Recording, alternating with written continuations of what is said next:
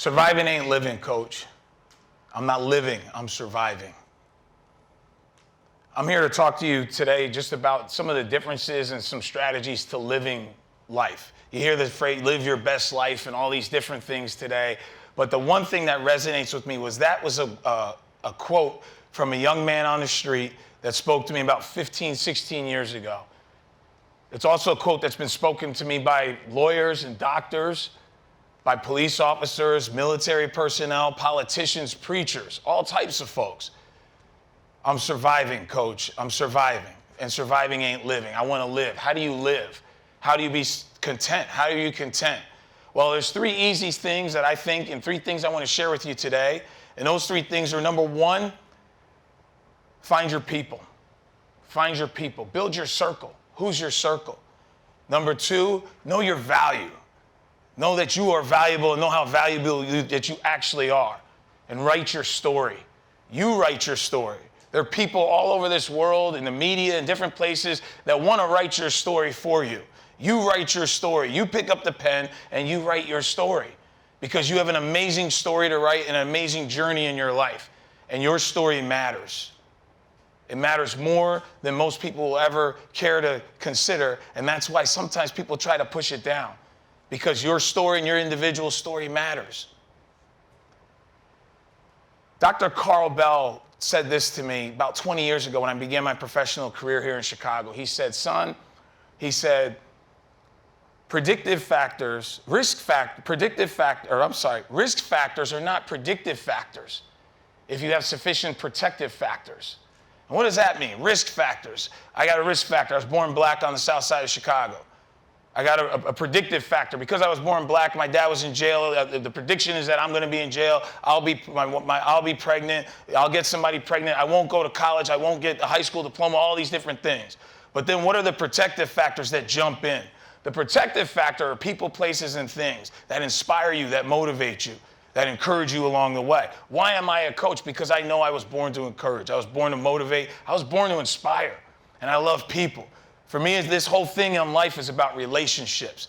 I love connecting with people. I love seeing people. I love walking alongside people in their journey, whatever that journey may be. I've had the opportunity to spend time with people behind prison glass and talk with them, in courtrooms, in jail cells, at funeral parlors, in hospital beds, on football fields, in church pews.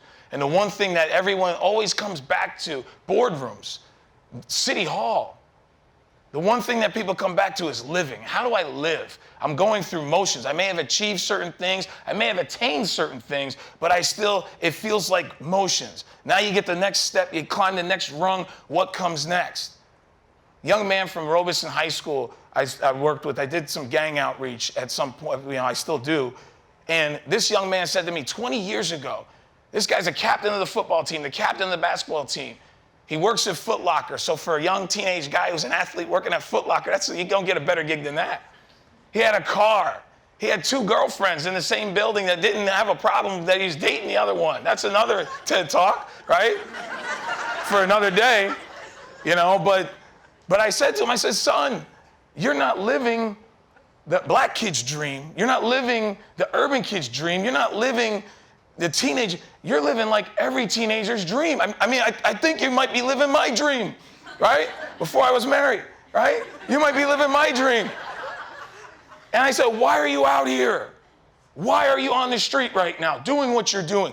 Help me understand. I can't wrap my mind around this. I get trauma. I get the poverty. I get the education. I get all the different ills and isms in society in Chicago. Why are you out here? And he said this to me, and it haunts me to this day.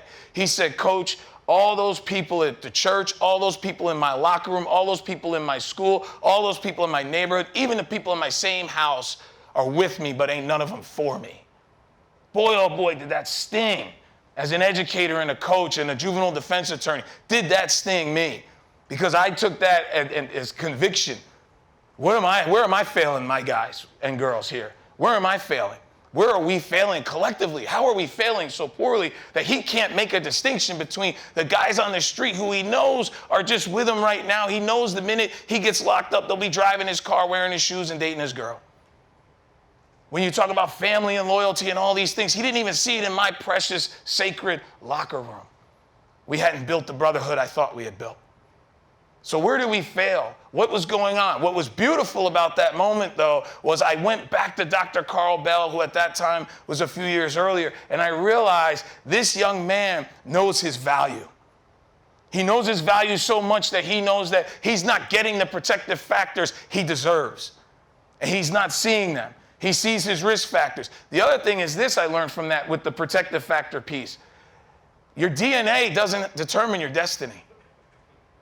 He was born into a street organizational family structure which told him this is how you move, this is how you live. It would have been like someone telling my kid, if you put on a suit and tie and go downtown and go to a job or you be a lawyer, you're sinning. It's a bad thing. It's bad for society. Like, how do you translate that? We don't ever really think about that. So what are the protective factors in the life? I look at it from the standpoint of when I say write your own story, write your narrative. What is your story? Who writes a story alone? Who writes a book alone? Nobody. You have a publisher, you have proofreaders, you have editors, you have a support cast around you. So who is the support cast around you as you write your story in life? And when I learned from that young man, one of the things I learned from him was don't look for perfect people. Oftentimes, we won't bring people into our circle. You have to have a circle. No one does it alone. There is no self-made man. There is no self-made woman. Everybody got help from somebody. If they say they didn't, they're lying to you. All right? So I'm telling you, for your dating life, for your business life, whatever, if they say they did it on their own, they're lying to you. You know, pay the bill and head out the door at that point in time. You know, maybe you don't want to stay for the whole meal. I don't know. But create an excuse.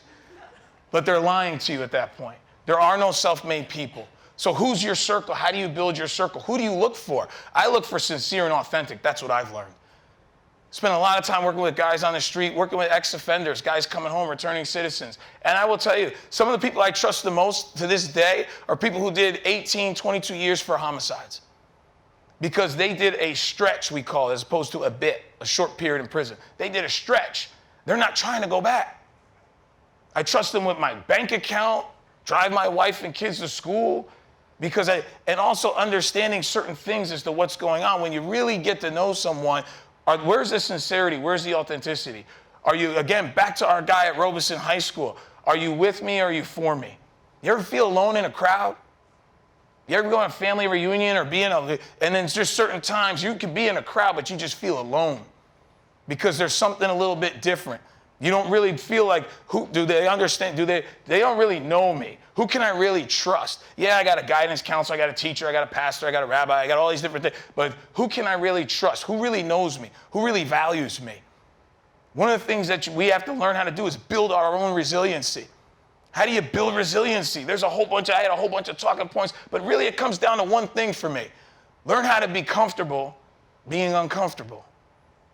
In the last 5 years, I've met with 1,500 gang members door to door at their homes, on the street, different places. I knock on their doors and talk with them, with some other folks in the neighborhood, in the community. And one thing I learned was, I'm a North Jersey guy. I'm a Joycey boy, not a Jersey boy, Joycey, Joycey. Been in Chicago since '93. We raised our family here. My wife's a New Yorker, a native New Yorker. But we're Chicagoans now. And we've been, and that's how we identify. But I will tell you something.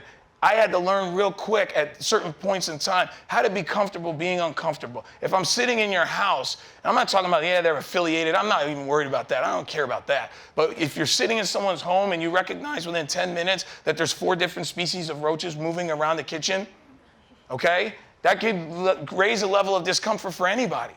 But then I realize, but this guy and his family, who are supposed to be these people over here in society, invited us into his house to sit at his kitchen table to talk about his future and his life. So how would I ever be able to help someone in that situation if I didn't know how to be comfortable being uncomfortable? That to me is the key to building resiliency.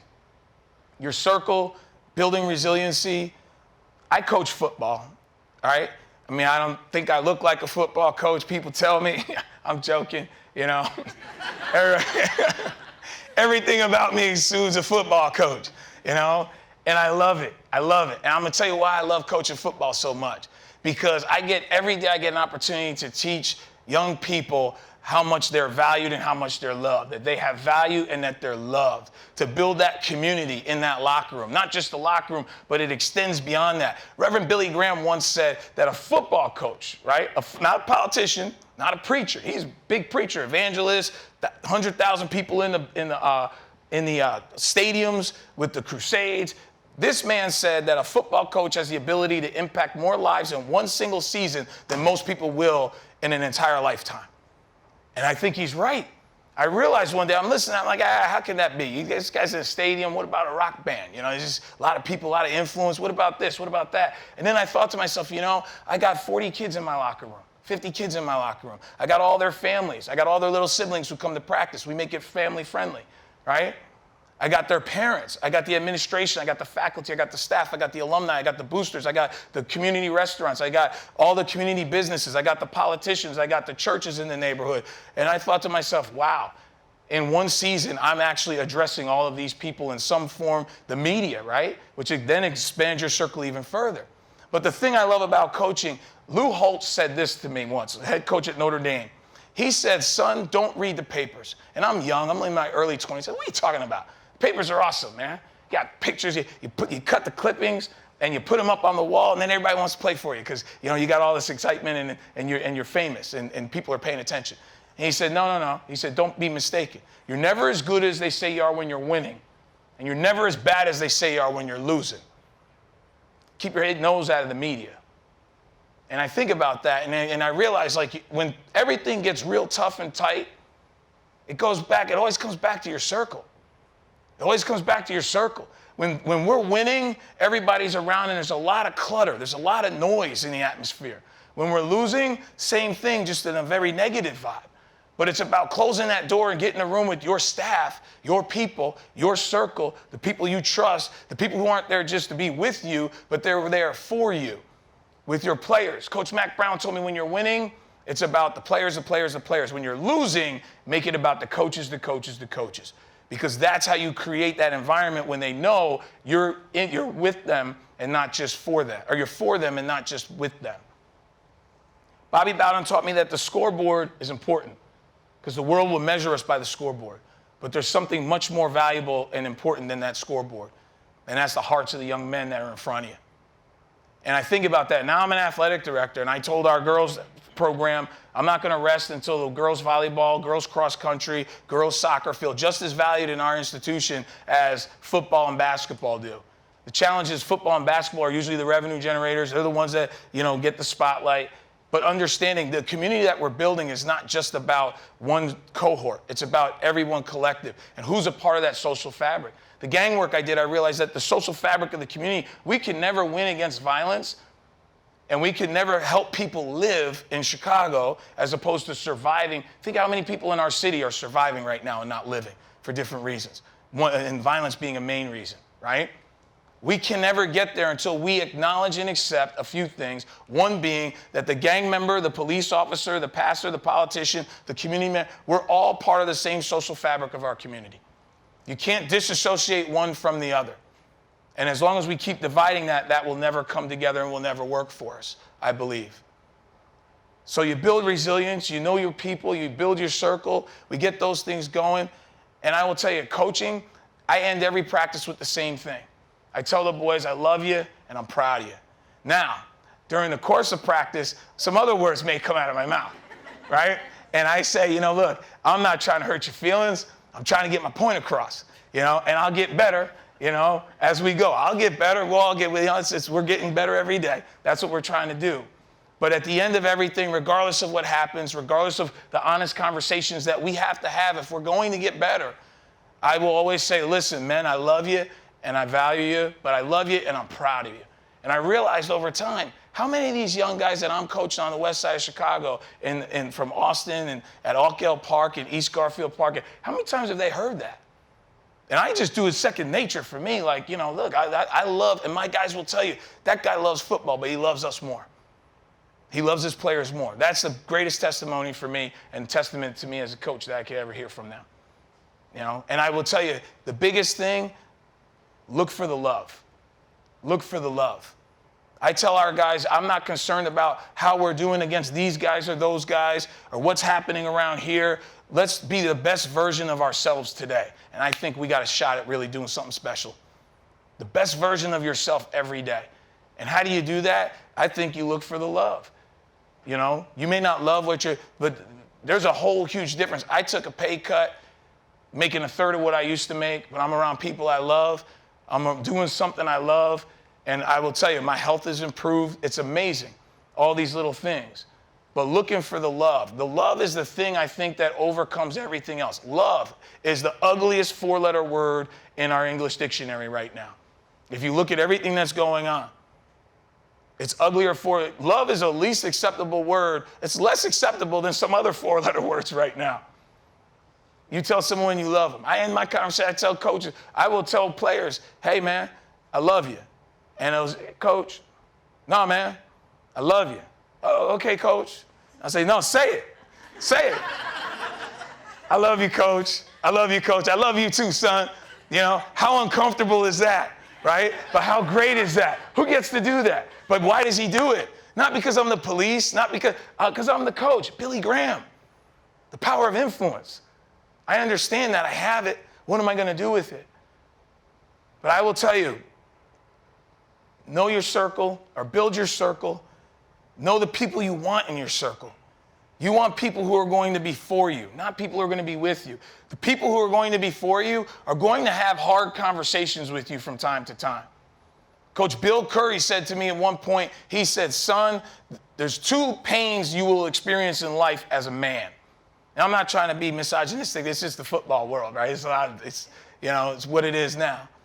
But he said there's two pains you're going to experience in life as a man. The pain of discipline and the pain of regret. And I thought at that time, yeah, you got to lift weights and run and exercise so we can win the championship and we can have the pain of discipline physically so we don't regret that we didn't do everything we could to win. But then I started to realize as I got a little older in life and started working with guys coming back from prison and jail, and I started working with gang members and gang members' mothers and their sons had died. And I started working with all different types of people throughout life, and I realized that pain of regret is something serious.